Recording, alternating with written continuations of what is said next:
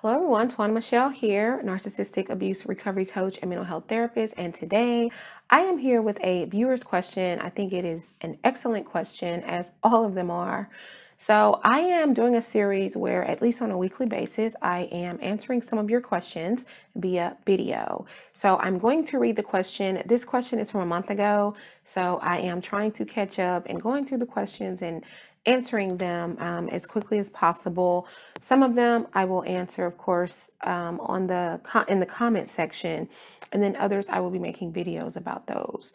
So this particular question is, have you been able to heal and find someone that can complement you as a full human being and meet all of your needs? I ask this because I'm recently a couple months in from getting discarded from my female covert narcissist, and I'm still worried that I'll find another one within no time, and I don't want that.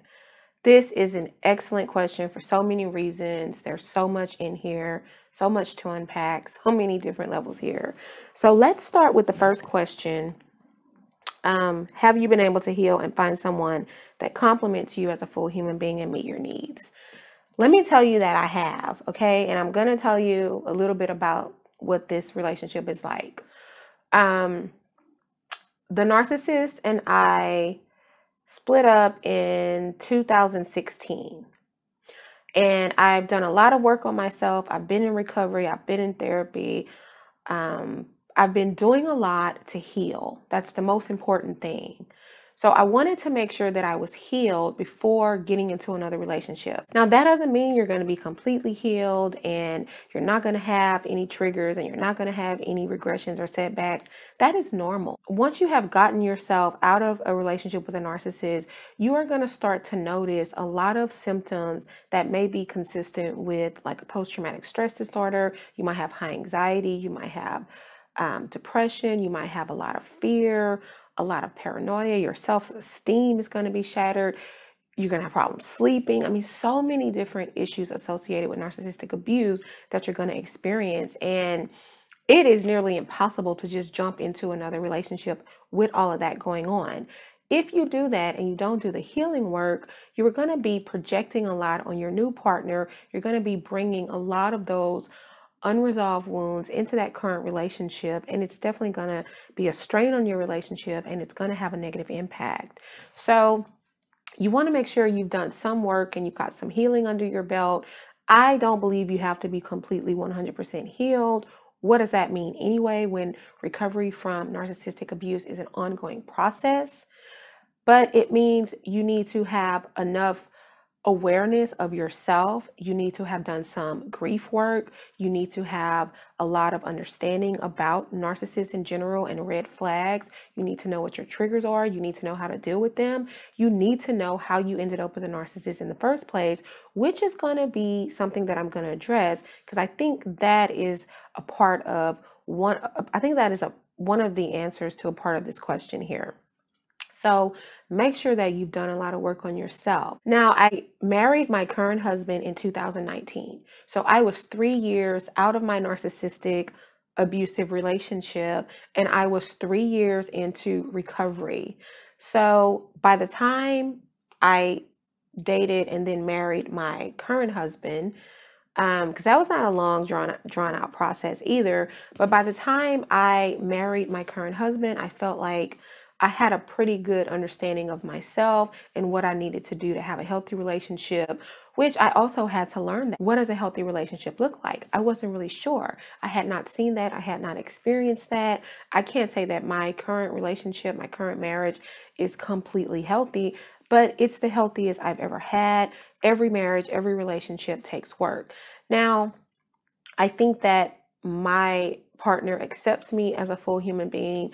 I accept him as a full human being. We both focus on being whole people so that we don't necessarily have to meet each other's needs, so to speak, and that we're meeting our own needs first before we try and give to the other and meet the other's needs.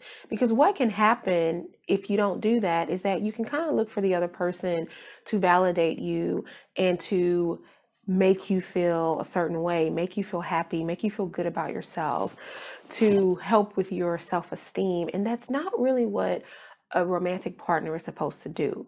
We are supposed to give all of that to ourselves, and a romantic partner is supposed to add to that. So I had to find what made me happy, and my husband can add to my happiness, not create my happiness. I had to find my self-worth, my self-esteem, and my husband does things that add to that instead of taking away from that. I had to find myself again, and that includes doing things that I enjoy just for me. So my partner, my relationship, my marriage is not one of the is not the defining part of who I am. It does not define me. It is a part of my life. It is a part of my life that I chose and not a part of my life that I need. So that's the difference also. I like the way that the writer of this question posed the question. I like that you mentioned the word compliment. Someone who compliments you as a full human being and compliments your needs. Absolutely. He does not meet my needs. He does not make me feel like a whole human being. He complements that. And so that is super important to find that. It takes continuous work. It's not easy. It's probably one of the most challenging relationships I've ever had. And the reason I say that is before, when I was just dating narcissists, those relationships were easy to me because it was familiar. I was used to being in a relationship where I felt unseen, unheard, unloved. It was chaotic. It was dysfunctional. There was abuse. That felt normal for me. So I can't say that it was difficult. It got to a place where I got tired of it, but it was easy. But as I entered into my current marriage and I have someone who is emotionally stable. He is nurturing. He is kind. He is loving. He is consistent. He's not up and down and all over the place. There's no abuse. That was very unfamiliar territory for me. I was a little, even after doing all the work on myself, I was a little unsure, unclear, concerned about how to have a relationship like that. And it also made me a little, I guess, anxious sometimes because I was expecting the tables to turn when you're used to being in relationships where there's always the other shoe always falls. I was always waiting on the other shoe to drop. I was always waiting on something bad to happen in the beginning of our relationship. Now, not so much. I can recognize, and even back then, because I had done so much of the work on myself, I was able to recognize that I was feeling triggered in those moments. I was having a setback in those moments. I was having a trauma response.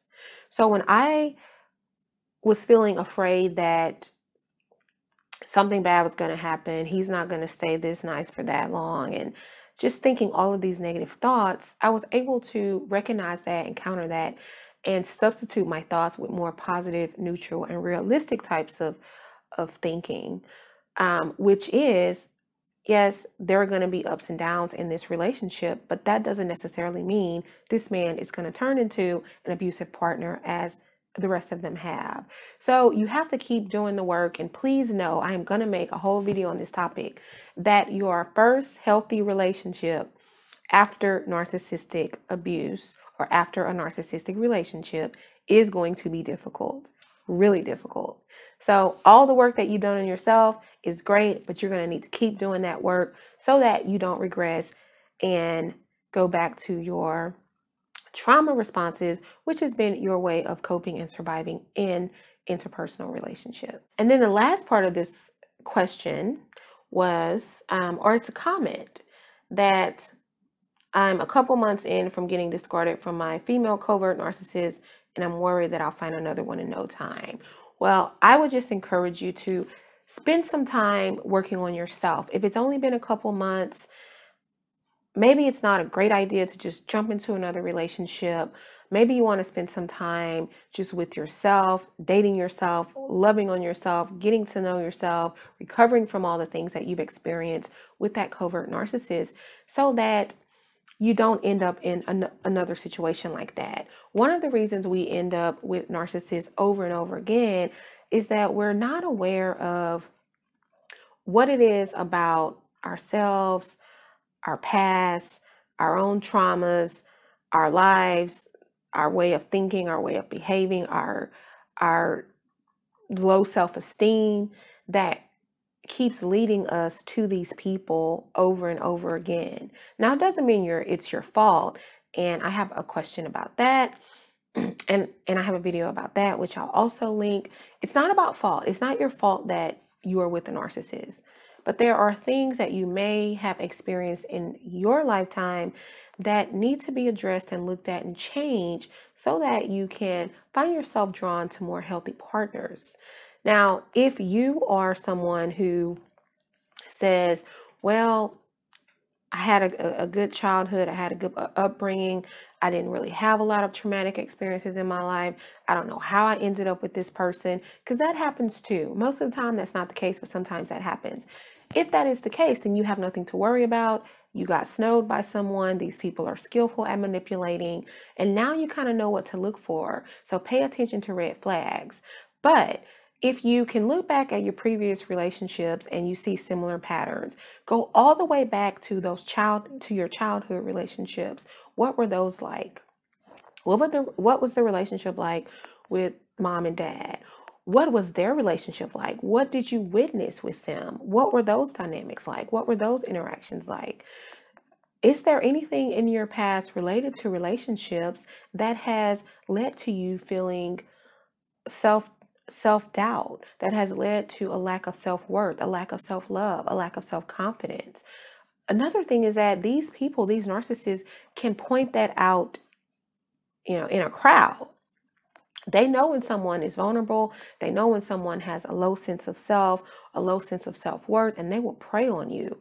So the best way to avoid ending up with another narcissist is working on yourself. Work on self-love, work on self-compassion, work on self-esteem, work on self-confidence, and work on resolving any past traumas or unresolved wounds from your childhood that have led you to these people. Now, if we have been in a situation as children and as we were growing up where home kind of felt like chaos, dysfunction, it was not really a loving environment. There was manipulation, gaslighting, abuse, control, neglect, abandonment. All of those things can lead someone to reenacting that type of trauma, recreating those experiences subconsciously to try to work through that. So the simple answer to your question, how to avoid ending up with another one, is to do the work on yourself, to work on you, to work on understanding how you ended up with this person. What do you need to do to resolve any past wounds, recognize red flags, and avoid these people? Sometimes that also means avoiding people that we feel inherently, innately, instinctively attracted to, because that is very telling. Another thing about my current husband, he is totally different from any type of man I have ever been attracted to. I'm not talking about physical appearance. I'm talking about personality. I'm talking about chemistry. The chemistry was not there right off the bat. That's something that grew over time. When you have that like immediate chemistry with someone, then, and you have a history of being with narcissistic partners, then that is someone you want to avoid. And I know that goes against everything we have believed about relationships, but avoid your type. If your type has been narcissist, then you have to try something different. But anyway, this was a great question. Thank you so much for asking this. Let me know in the comment section down below if I answered your question, or if you have any questions about my answers to your question. If anyone else has experienced anything similar to this and you want to add to that, leave it in the comment section down below. If you have a question that you'd like me to answer on a video, leave that in the comment section down below as well. And if you like this video and like this topic, give it a thumbs up, share this video out with those who you think may benefit from it. And if you have not subscribed to this channel, what are you waiting for? I'd love to have you be a part of this community. And thank you so much for watching. Until next time, take care. Bye.